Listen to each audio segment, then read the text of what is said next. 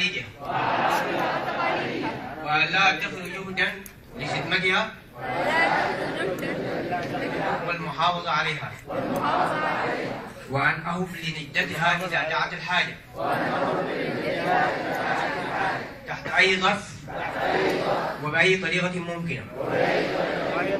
وأقسم أن أحترم أساتذتي الأجلاء وزملائي الطلاب وأن أكون أهلا لكل زميل في الكلية كبيرا كان أم صغيرا ولا أنسى فضلهم علي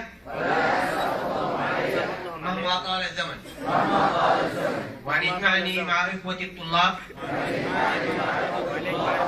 ميثاق الشرف العريض رابط مقدس تكون مشاكلهم مشاكلي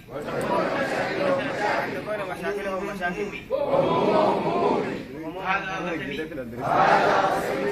وطني فلا حل منه إلا الموت